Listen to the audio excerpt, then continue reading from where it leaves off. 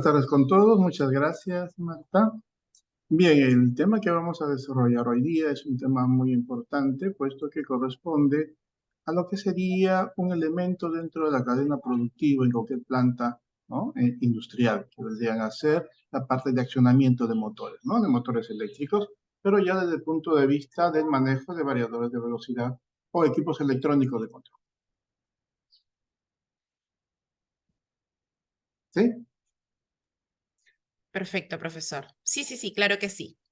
Continúe, por favor, ya para que los chicos puedan de repente comenzar también a medida de que se va desarrollando este masterclass con todas las preguntas, consultas, habidas y por haber. Lo Bien, escuchamos, profesor. sí, ¿podría ya ir compartiendo la presentación? A ver, permítame un momentito, por favor.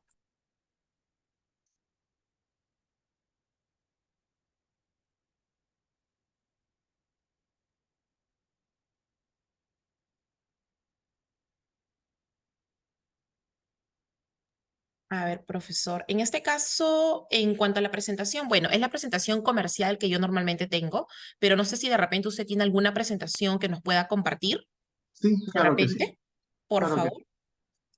sí. Ujú.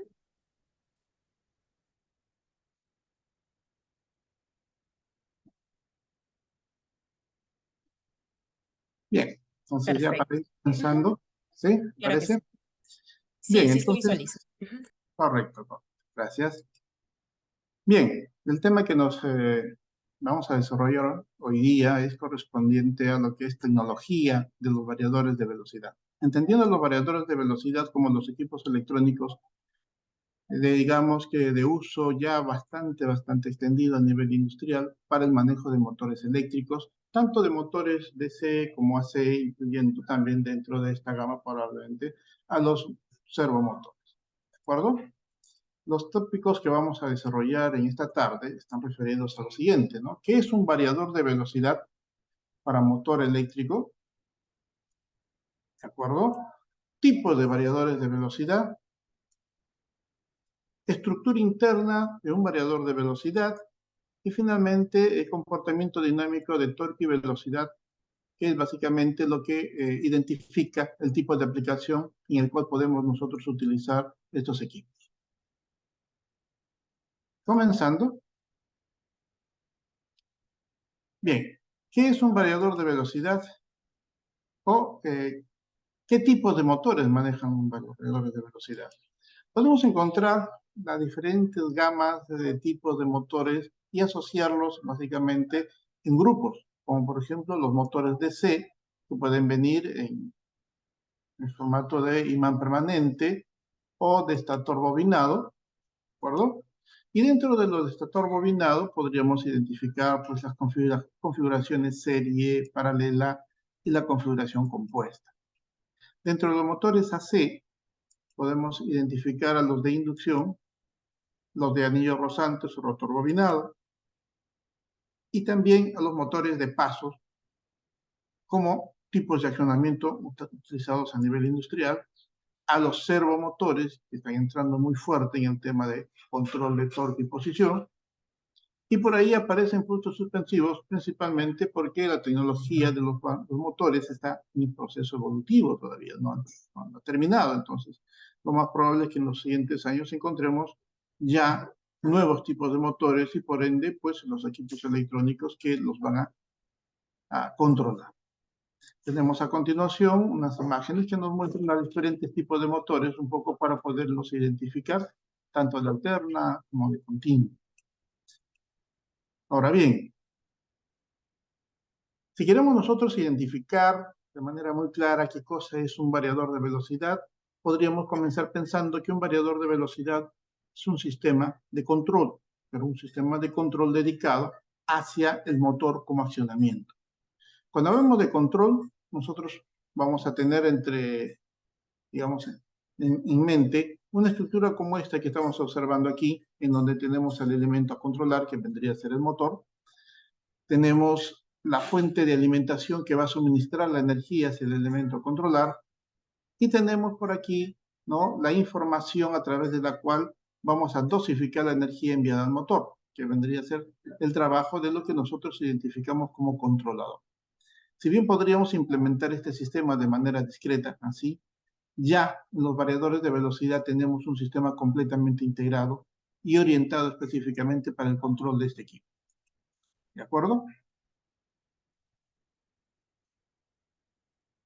Cuando nosotros trabajamos con motores, probablemente ya estamos utilizando muchas veces variadores de velocidad, aunque probablemente no de manera tan sofisticada como los industriales, pero podríamos, por ejemplo, en el caso que se presenta en la gráfica, ¿no?, identificar a un circuito como este, que probablemente muchos hemos comenzado a utilizar cuando aprendíamos electrónica, donde tenemos un elemento pues, que, es que va a actuar de controlador, podría ser desde una placa de Arduino hasta cualquier otro tipo de microcontrolador.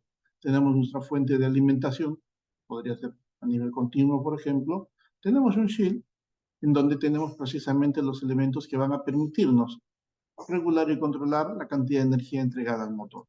Esto es básicamente, ¿no?, lo que tendríamos como ejemplo de un variador de velocidad discreto. ¿De acuerdo? A nivel industrial, ya las cosas cambian un poco, principalmente porque ya los motores y las necesidades de torque y velocidad cambian, ¿no? Los motores se comienzan a ser mucho más grandes por los niveles altos de torque que se tienen que manejar, ¿no?, la gran potencia, por lo cual se requieren pues, fuentes también de alimentación mucho más grandes en capacidad, ya sea en tensión o en corriente. Encontramos entonces en el mercado diversos tipos de variadores de velocidad para motores eléctricos. Podemos encontrar los motores para motores DC, ¿de acuerdo? Variadores de velocidad para motores DC, variadores de velocidad para motores a pasos. Podemos encontrar variadores de velocidad para motores de inducción, AC, y podemos encontrar también variadores de velocidad para servomotores. Entonces, en la actualidad tenemos una amplia gama de equipos que pueden ayudarnos a desarrollar control sobre estas máquinas eléctricas, los motores. ¿Correcto? Cuando nos ponemos a pensar con respecto a qué capacidades poseen los variadores de velocidad, por lo que resultan indispensables en el trabajo a nivel de industria, nosotros podemos mencionar las siguientes, ¿no? Capacidades operativas o de mando. Trabajar con un variador de velocidad te facilita mucho los procedimientos de mando, maniobra y accionamiento de los motores, arranque, parada, inversión sentido de giro. Son muy sencillos y muy simples de configurar, lo cual trae como consecuencia pues, que su uso sea muy sencillo desde el punto de vista del operario, ¿no?, o del usuario. Debido a que pues, manejan entradas de salida digitales, analógicas, que fácilmente se pueden configurar para poder pues, ser accionados por botones, ¿no?, o perilleros. Entonces, capacidad operativa muy versátil. Capacidad de comunicación. En la actualidad, ¿no?, los variadores de velocidad no trabajan ya en forma aislada, sino que suelen traer puertos de comunicación nativos que les permiten interconectarse o bien con otros variadores de velocidad o bien con elementos controladores como PLC, ¿no?, para poder desarrollar precisamente perfiles de movimiento en función a los requerimientos de los procesos. Inclusive, tenemos variadores de velocidad que tienen la capacidad de poderse interconectar a la nube para poder enviar datos de funcionamiento, corriente, potencia. Entonces ya este equipo está siendo cada vez más sofisticado y desarrollando sus capacidades en un entorno netamente interconectado. Capacidades tecnológicas. Dentro de estas capacidades podemos mencionar la de autosintonía, para el caso de los variadores de velocidad para motores DC, lo cual simplifica mucho la puesta en marcha de sistemas muy complejos, ¿de acuerdo? Entonces, tenemos aquí un ejemplo de lo que podríamos tener en cuanto a capacidades tecnológicas.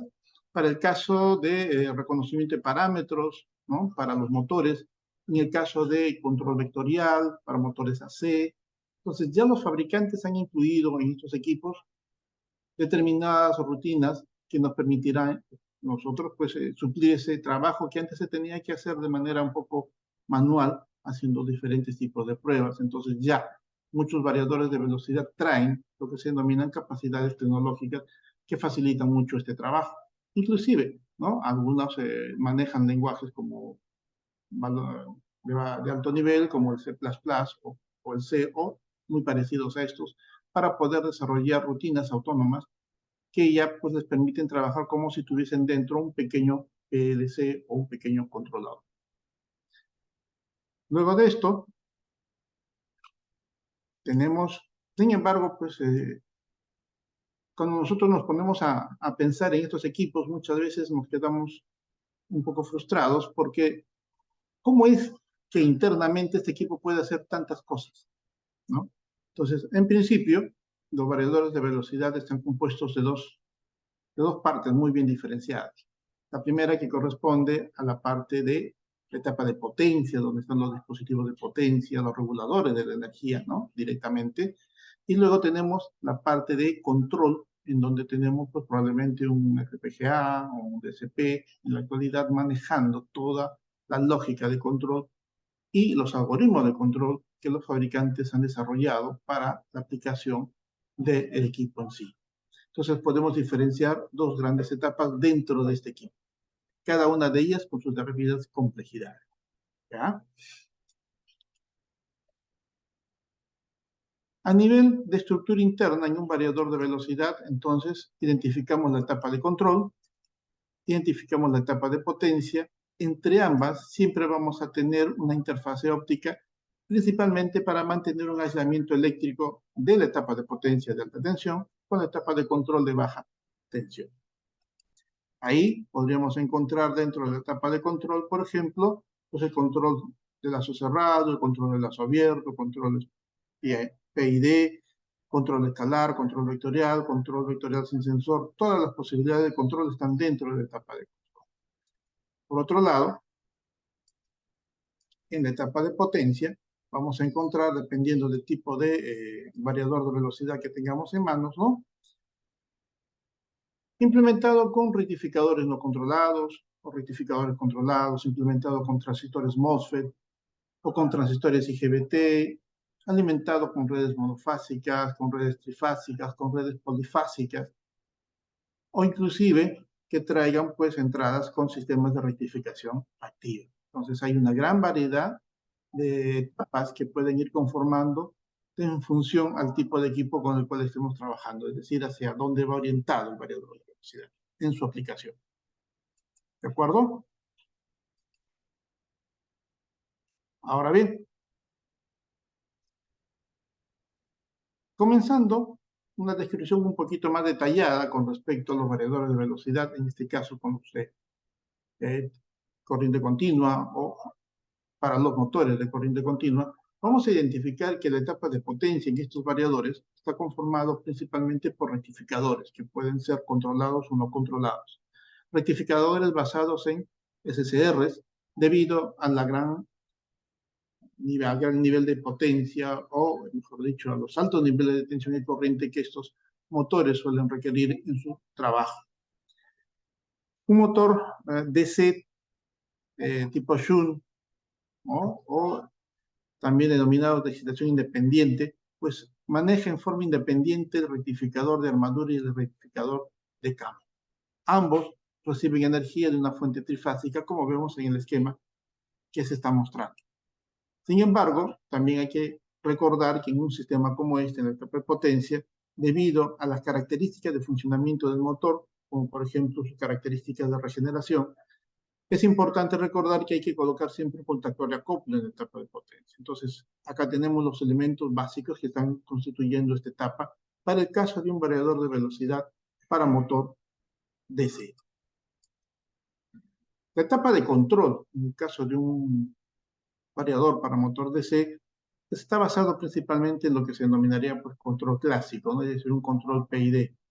Vamos a encontrar un sistema de control en cascada, principalmente para controlar torque y para controlar velocidad. que serían básicamente los parámetros, digamos, más requeridos a nivel de aplicaciones con esos motores. La estructura que se muestra a continuación me da una idea de cómo van trabajando en la etapa de control y cómo es que este va alimentándose de los datos recogidos del funcionamiento del motor con la carga. Nosotros necesitamos saber en todo momento, ¿no?, cuál es el nivel de torque que el motor está desarrollando y cuál es el nivel de velocidad que el motor está desarrollando. Para el caso del nivel de torque, como no lo podemos medir directamente, entonces lo que vamos a hacer es tomar una señal de corriente asociada a la armadura del motor, la cual me dará una referencia del nivel de torque que el motor está desarrollando. Entonces, esa información de corriente ingresará pues a nuestro bloque de error de torque. Luego tendremos la señal del sensor de velocidad, el cual entrará al bloque de error de velocidad. Y aquí se aplica pues los conceptos de control de lazo cerrado, ya que trabajamos en base al error entre el valor actual, llámese velocidad, llámese torque, y el valor de consigna que nosotros hemos asignado. Dentro de la etapa vemos, por ejemplo, que la señal de consigna dada a través de un potenciómetro, a través de un valor prefijado de memoria, a través de un puerto de comunicaciones, pasa por un bloque de rampa que permite retardar un poco la acción violenta que se puede dar aquí para dar tiempo a la dinámica del sistema a poder pues, procesar la información. Luego encontramos el bloque de error, el cual identifica si se alcanzó o no la velocidad requerida, y si no, pues el error motivará o servirá como dato de información hacia el controlador de velocidad, que en la mayoría de los casos es un control del tipo proporcional integral cuando los motores son medianos o grandes. ¿Debido a qué? Debido a la inercia que suelen tener estos equipos, que no son capaces de reaccionar de manera instantánea a cambios de velocidades muy grandes. Entonces, aquí tenemos ya el primer bloque controlador de velocidad. La salida de este bloque entrará como consigna para poder determinar el error de torque. Y este error de torque, pues, propiciará el comportamiento del controlador de torque, quien es el que va a definir el ángulo de disparo que se enviará a los bloques rectificadores que se mostraron que estaban conformando la etapa de potencia. Entonces, como ven ustedes, acá tenemos la estructura general que podríamos encontrarlo en cualquier variador de velocidad digital comercial que podríamos comprar o de repente tenemos en planta. ¿Ya? Todos trabajan bajo esta misma estructura.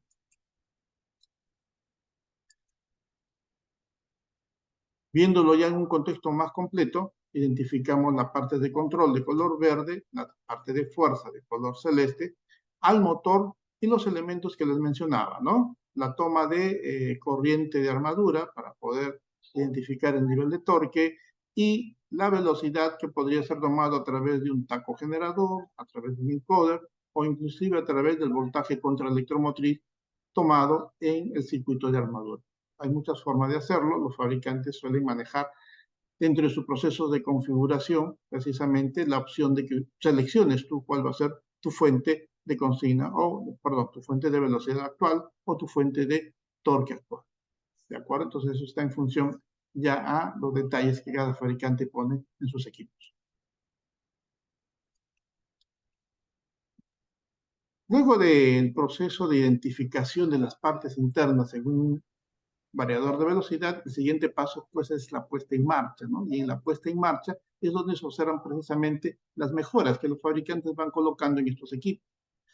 Los primeros equipos, los primeros variadores de velocidad para motores DC, por ejemplo, el proceso de puesta en marcha era un proceso bastante complejo, por eso que había que hacer muchas pruebas, trabajar mucho con los conceptos de control que habíamos aprendido, y luego pues actuar sobre, digamos, potenciómetros o ¿no? Elementos que me permitieran regular precisamente los valores de K sub P y T sub I, que son los valores, los parámetros, los controladores tanto de velocidad como de torque, para conseguir una respuesta adecuada.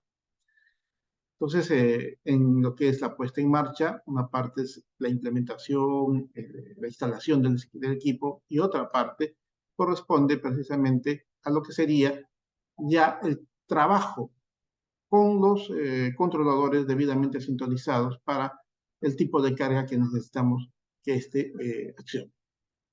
¿De acuerdo? Entonces ahí vienen ya las aplicaciones tecnológicas que habíamos mencionado, diapositivas atrás, ¿no?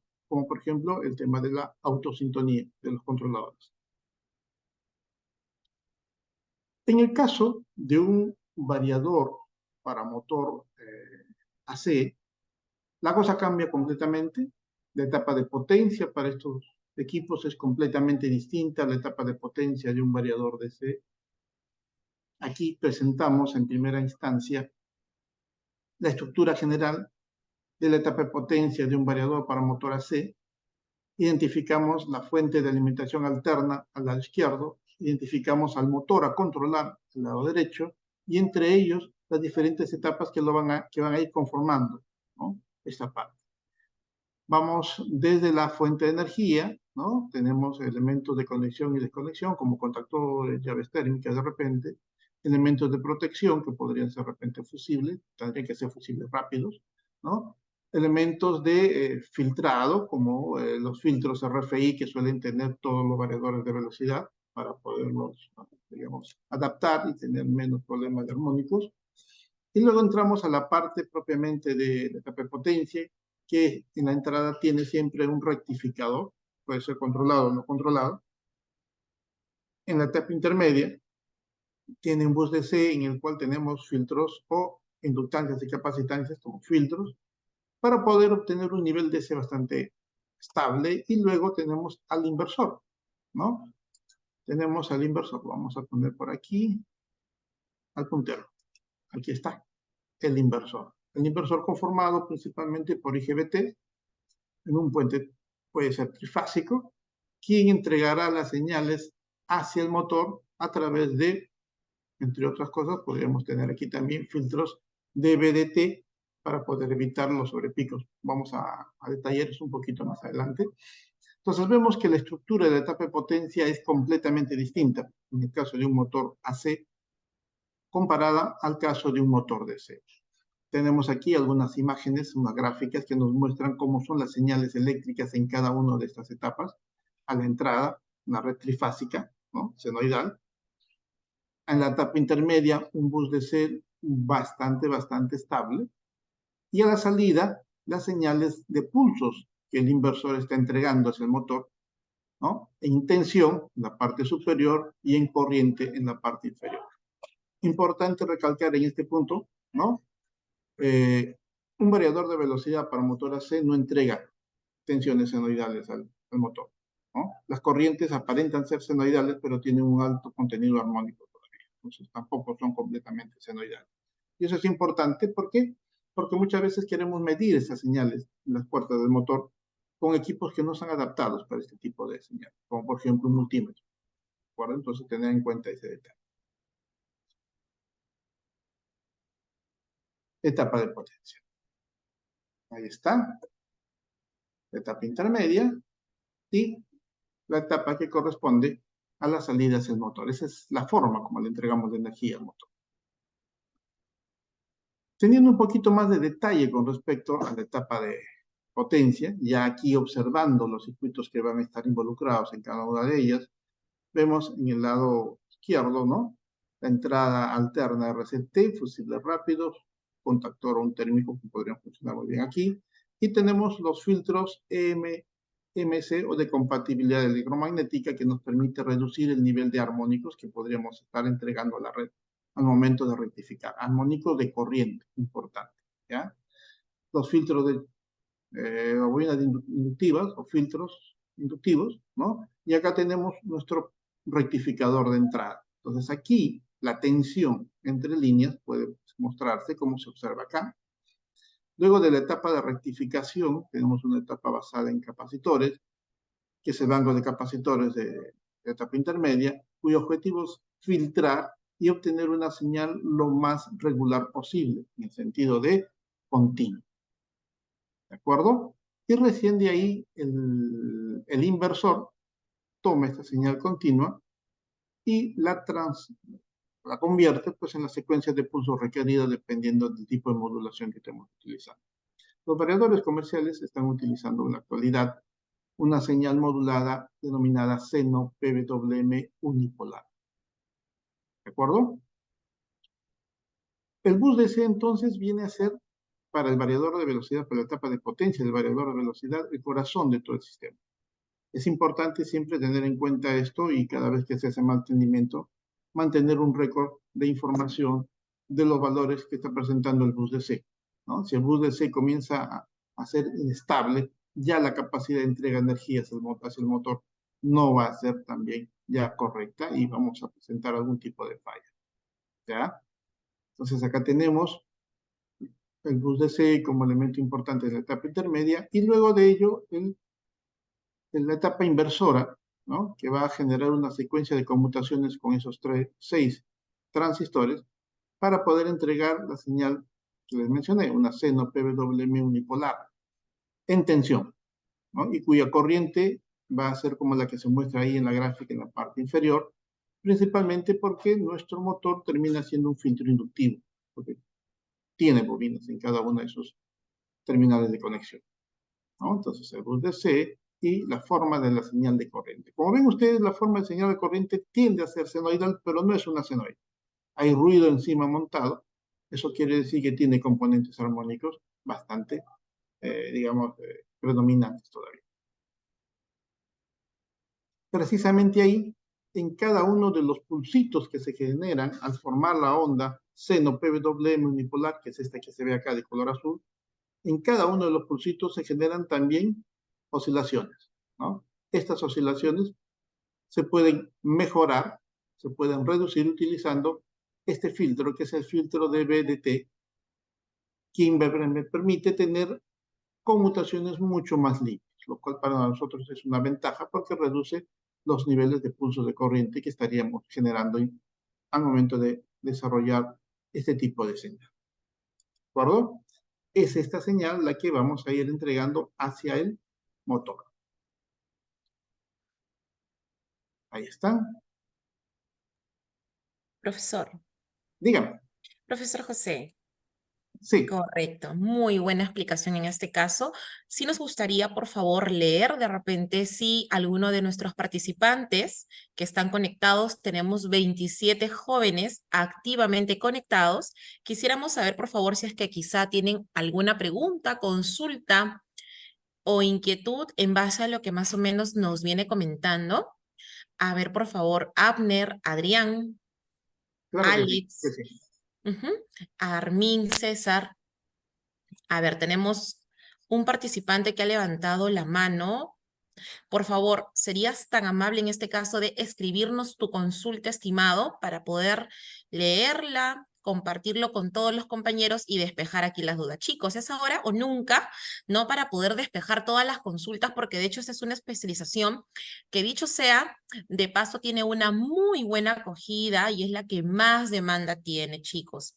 Y solamente permitimos 16 participantes en sala, no más, porque cada uno de ustedes, jóvenes, aprovecho en comentarles esto, van a tener lo que es un acompañamiento personalizado de nuestro docente, ¿no? Entonces, es importante, por favor, si tienen dudas, preguntas, consultas. A ver, chicos, si no hay consultas, el profesor va a continuar. Luego vamos a pasar a la parte comercial en donde van a saber ustedes cómo se va a desarrollar, cuántos módulos lleva, precio, ¿no? Y los descuentos únicamente para los participantes que se encuentran activamente en estos momentos. A ver, tenemos una consulta, profesor, de Adrián Pardo. Buenas tardes. Me gustaría saber con qué marca de variadores dictan los cursos. Profesor José, coméntenos, por favor. Claro que sí. A ver. En el mercado actual, en nuestro país, tenemos una amplia variedad de marcas, ¿no? Sin embargo, muchas de estas están basadas ya sea en fabricantes que trabajan con normas europeas o fabricantes que trabajan con normas americanas. Además de aquellos fabricantes que traen pues equipos de la parte de Asia, ¿no? Como por ejemplo el G, que ya es un monstruo a nivel de equipos de automatización. Entonces nosotros trabajamos con las tres. Tenemos representantes de marca europea como Siemens, que es el que lidera ahí, ¿no? Y todas las demás se asocian a sus normas, ¿no? A sus estándares. Tenemos al Embraer representando a las marcas americanas, ¿no? Y tenemos también algunos variadores, digamos, de origen asiático, como el G, ¿no? O pues Yaskawa, ¿no? Para poder desarrollar el curso. Entonces, Excelente, profesor. Entonces, sí, básicamente son esas marcas que nos representan. Muy bien, chicos. Gracias, Adrián. Esperamos haber resuelto tu consulta. Tenemos 3 preguntas más. Muy bien, chicos. De eso se trata, ¿no? De que esta masterclass sea sumamente interactiva, ¿no? Para que ustedes puedan también, muy aparte de llevarse toda la información, todo el conocimiento, también que no tengan nada de repente de incógnitas, ¿no? Porque eso es muy importante. A ver, Eddie Bello. ¿El control de torque a quiénes afecta? ¿Al voltaje pico a pico o a la corriente pico a pico en DC? Profesor José, coméntenos, por ok, favor. ok, perfecto. A nivel de el variador de velocidad para motor DC, el bloque de control de torque va a permitirnos establecer el ángulo de disparo. Este ángulo de disparo va a controlar el valor medio de la tensión entregada al motor. Y en los motores DC, como tú podrás de repente recordar, ¿no? Nosotros podemos controlar el torque en base a la tensión aplicada a armadura, ya que tenemos una ecuación que dice que el torque eléctrico es igual a un factor numérico K por la velocidad por la corriente, ¿no? Entonces ahí aprovechamos el hecho de poder controlar la corriente en función de la tensión que le estemos aplicando, tanto al circuito de armadura como también se puede hacer al circuito de campo con el cual podemos regular el torque. ¿Correcto? Perfecto. Muy bien, profesor. Ahora tenemos otra consulta de Alex Curasi. Nos comenta lo siguiente. ¿Los filtros siempre se consideran en el tablero del variador o depende de la potencia o distancia al motor? Profesor José, coméntenos, por favor. Hablando de un variador para motor AC, que sería probablemente el más complejo en cuanto a su funcionamiento, que no pareciera. Los filtros que el fabricante te vende son filtros como los que se muestran aquí, EMC, de compatibilidad electromagnética, para poder hacer que el variador cumpla las normas internacionales EMC. De caso contrario, no se pueden vender a determinada región. Entonces, cada variador tiene un filtro que el fabricante ha diseñado con ese propósito. El detalle está en que no los venden juntos, muchas veces. Entonces, cuando uno compra el variador, viene el variador, pero no viene el filtro. Ahora, eso no quiere decir que sin el filtro no funcione. El variador va a funcionar. El problema va a ser para el entorno donde el variador funcione, ya que su funcionamiento puede afectar, ¿no?, el entorno eléctrico en donde él está instalado. Por ello, siempre se recomienda no solo comprar el variador, sino comprar también su filtro, que lo denominan RFI algunos, y en este caso pues lo tenemos denominado como EMC. Perfecto. José Mendoza Choque. Buenas tardes, ingeniero. Usted menciona que la salida del variador es PWM, es decir, para medir el voltaje, lo recomendable es usar un equipo RMS. Ya, claro. El tipo de salida de los variadores para motores AC es un seno PWM unipolar. Ya no es simplemente PWM, es un seno PWM unipolar. Este tipo de señal, como ves, no es senoidal. Por lo tanto, tú lo tienes que medir con un equipo que pueda medir componentes armónicas. Lo más idóneo para esto es un analizador de armónica. ¿Correcto? Perfecto. Ya, y por último tenemos 2 consultas de Víctor Orozco. Dice, ¿los variadores actuales poseen reactores? ¿Es necesario incrementar reactores de protección para los variadores en las entradas y salidas? Los reactores de línea generalmente son externos. No suelen venir internamente porque son voluminosos.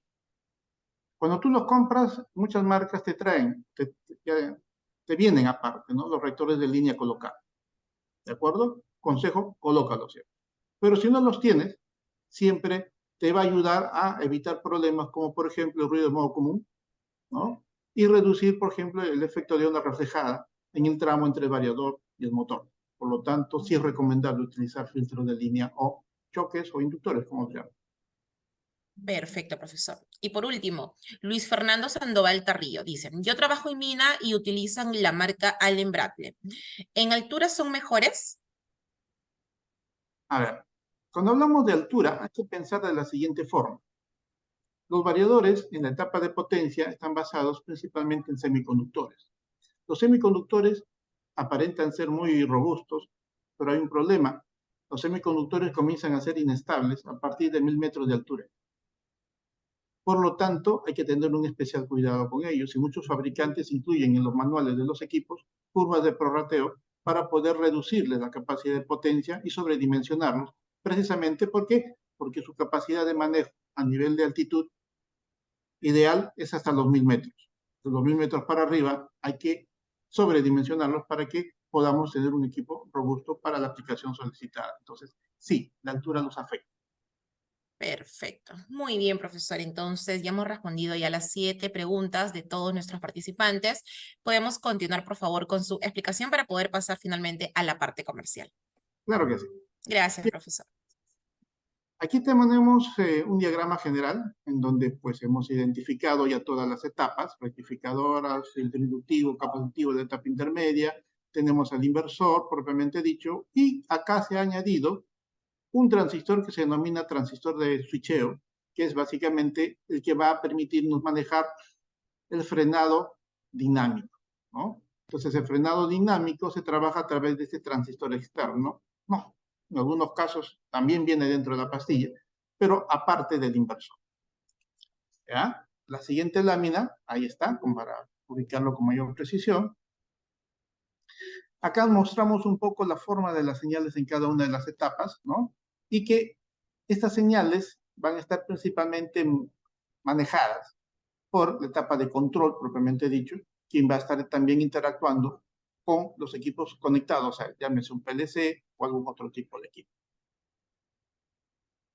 La etapa de control de un variador es básicamente un computador dedicado en el cual se han, digamos, desarrollado, se han grabado, se han programado varios tipos de control específicos. El control más simple, el control BF, con el cual prácticamente empezó toda esta historia. Ahora tenemos al control vectorial en sus modalidades, ¿no? Vectorial directo, indirecto, sensorless, ¿no? Con algoritmos cada vez más complejos en cuanto a la capacidad de control que se quiera alcanzar con el motor. Y también tenemos al control DTC, que es un control distinto al vectorial, ¿de acuerdo? Lo manejan algunas marcas como ABB, por ejemplo, que permite tener una respuesta muy rápida, bastante precisa, pero no es regulable. Es, digamos que un control a saltos, ¿no? Alternativas definidas. Entonces, dentro de la etapa de control vamos a encontrar, dependiendo de la marca y del fabricante, alguna de ellas, o inclusive dos de ellas, como por ejemplo la BF ya es común, todas las traen, a pesar de que también tienen control vectorial y control sensorless. ¿De acuerdo? Entonces, tenerlos como elementos referidos a lo que es control. Con respecto al comportamiento dinámico, este está en función al tipo de control que nosotros manejemos. Por ejemplo, en la respuesta de velocidad, la curva más lenta es la que corresponde al control BF. La curva mucho más rápida es el control vectorial con servomotor. Y las dos intermedias es la vectorial y la sensorless. Entre la sensorless y la vectorial, la respuesta más rápida es la de vectorial, ¿no? Entonces, esto me da una idea de para qué puedo utilizar yo control BF, en qué caso puedo utilizar un control sensorless, o en qué caso yo requeriría necesariamente un control vectorial. En cuanto a lo que sería la respuesta en torque, vamos a encontrar que el control BF es el que presenta menos capacidad de control en cuanto se trabaje a baja frecuencia. El sensorless tiene una mejora respecto a este, pero todavía vamos a tener que el torque va a ser cero si la velocidad es cero, ¿de acuerdo? Sin embargo, para el control vectorial la cosa cambia, ya sea que lo estemos trabajando con motor de inducción o con servomotor, el torque podría tener un valor prácticamente igual al nominal, a pesar de que el motor se encuentra detenido. Esto es una gran ventaja para muchos tipos de aplicaciones. Entonces, lo que es prestaciones dinámicas en cuanto a torque, vemos que en la actualidad se está apuntando mucho más a lo que es control vectorial. ¿De acuerdo? Con respecto a aplicaciones, para poder nosotros identificar los diferentes tipos de entornos en donde podemos utilizar un variador de velocidad, es importante identificar los tipos de carga que vamos a tener y cómo es que va a responder el torque y la potencia frente a esto, ¿no? Para ello tenemos, por ejemplo, el que corresponde al par constante y una potencia linealmente variable. En este caso, este tipo de respuesta ¿no? Las podemos encontrar en lo que serían, pues, transportadores, grúas, mezcladoras, extrusores, bombas de desplazamiento positivo, etc. Si los requerimientos de cambio de velocidad son lentos, pues podríamos usar control escalar, BF, o control sensor-less para este tipo de aplicaciones, que es lo que básicamente configuramos cuando estamos trabajando para este tipo de perfil de torque, ¿no? Torque constante. Pero no es el único. Podemos encontrar aplicaciones de torque variable. Entonces, aquí ya la cosa cambia. Cargas de par variable, ¿no? Si la masa varía con la velocidad, entonces ahí ya tenemos que aplicar, por ejemplo, en algunos casos podría ser utilizado el control escalar y el control vectorial, de hecho, ¿no? Ejemplo, ¿en qué casos? Tipos de cargas centrífugas, en bombas, ventiladores, sopladores, ¿no? Entonces ahí configuraríamos este tipo de control. Y el tercero, que es este, carga de potencia constante. Una carga de potencia constante es normal, pues en este caso, cuando trabajamos con sistemas de desplazamientos cortos, ¿no? Ya sean radiales o lineales a altas velocidades, control de posición, en el cual, por ejemplo, podemos aplicarlo en cortadoras, dosificadoras, troqueladores, posicionadores de objetos, cortes al vuelo, que se hace muchas veces, ¿no? A nivel de lo que son cortes de productos, como pueden ser varillas de acero, ¿no? Cosas como esas. Podemos nosotros trabajarlo, pero netamente con control vectorial, ¿no? Entonces, en esta parte, en cuanto a la aplicación, porque esto muchas veces uno se pregunta, ¿no? ¿Y ahora cuál utilizo? Hay que tener en referencia esos tres aspectos posibles, ¿no? De variación de torque, y para cada uno de ellos ya tenemos referido, pues, algún tipo de control que sería el adecuado para poder conseguir la dinámica requerida. ¿Correcto? Bien, entonces hasta aquí llegamos con esta, ¿no? Con esta charla esta tarde. Como conclusiones, pues nuestro variador de velocidad es un equipo muy sofisticado, tener en cuenta eso. Su capacidad de interactuar con el motor está basado principalmente en el tipo de control que nosotros estemos desarrollando en él, ¿sí? Tiene una interfaz hombre-máquina generalmente estándar. Las botoneras suelen ser básicamente similares en todos los modelos, pero esto implicaría que nosotros podamos fácilmente adaptarnos a ellos y que podamos utilizarlos de manera muy versátil para diferentes tipos de entornos y aplicaciones, no solo en industria, ¿no? Los encontramos inclusive en nuestras casas, en los edificios, controlando los ascensores, controlando las bombas de agua, etc., ¿no? Y el aspecto que ha potencializado a este equipo enormemente en los últimos 20 años es su capacidad de comunicación, no solo con la PC, sino también con controladores industriales y, como le mencionaba, en la actualidad también pues entrando ya a la Internet, al Internet de las cosas industriales, a la I, ¿no? Y de ahí a la nube. Bien, entonces esas serían un poco las tecnologías relacionadas al variador de velocidad, como controlador de motores, y cómo orientar su uso a diferentes tipos de aplicaciones.